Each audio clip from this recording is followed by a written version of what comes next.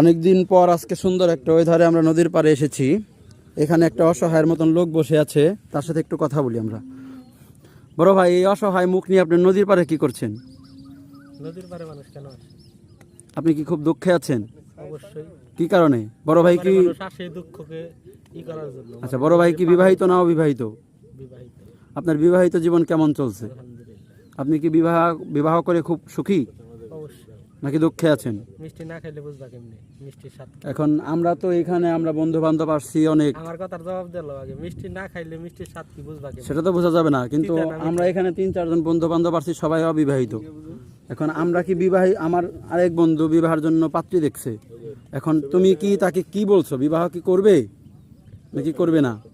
তখন আমি কি করলাম, মিষ্টি খাইলে শুন বুঝবা মিষ্টি এখন তাকে কি আমরা বিয়ে করার জন্য তাহলে উৎসাহিত করতে পারি? খাই দেখতে পরে কি কোনো বিপদে পড়বে? পেটে হজম না করা পারলে তো বিপদ পড়বই। ডায়লগ করে দেখ, সে অনেক কেউ বিয়ে করে কান্দে, এই যে একজন পাত্রী দেখে কিন্তু বিয়ে করে না, কারণ সে অনেক ভয় পাচ্ছে যে কপালে কি শনির দশা আছে কি না আছে। আর আমাদের জাহাঙ্গীর, সে কিছুদিন পরে দুবাই প্রবাসী হয়ে যাবে, সবাই তার জন্য দোয়া করবেন। পক পক বলো। ওই যে সাইদ নাম দেখা যাচ্ছে, চেহারা দেখা যাচ্ছে না, তার জীবনের কোনো উন্নতি নাই, 99 এটাই 99%। আর লোডিং। আমার চেহারা, আমি এমডি রুমন খান, সবাই সাপোর্ট করবেন। Bye bye. পরে